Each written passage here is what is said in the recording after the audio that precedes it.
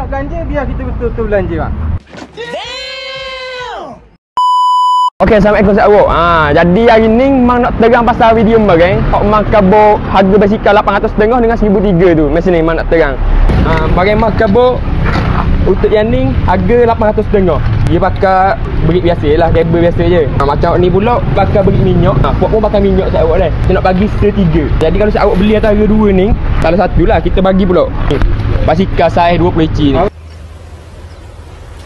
Wait a minute. Who are you? Gini mah, dah apa mah. Kau ni kalau kita nak belanja, betul-betul kita belanja. Okey, ni mau ayat dia apa? 1300. Ni 850. Okey, hang cerita sedikit perbezaan dia. Saiz tetap sama, 29 inci, saiz yang paling besar lah. Body pula ni 1003 ni, body dia alloy. Dan juga dia pakai fork hidrolik, pakai minyak, boleh ngejah ni. Lepas dia tu pakai brake hidrolik. Dia pakai su bearing tengah. Untuk spek ni, yang 850 spek dia body steel lah, besi.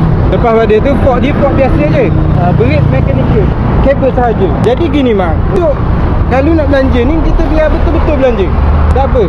Kalau nak awakmu komen, yang 850 ni yang korang dah 500 ke atas, 850 ke bawah. Ni 1300 ke bawah, 750 ke atas. Apa nak dah tu?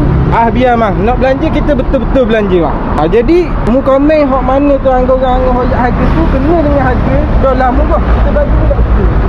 Untuk anak-anak. Murah dah boleh pula sekarang ni. Boleh pula bang. Biar kita nak belanja.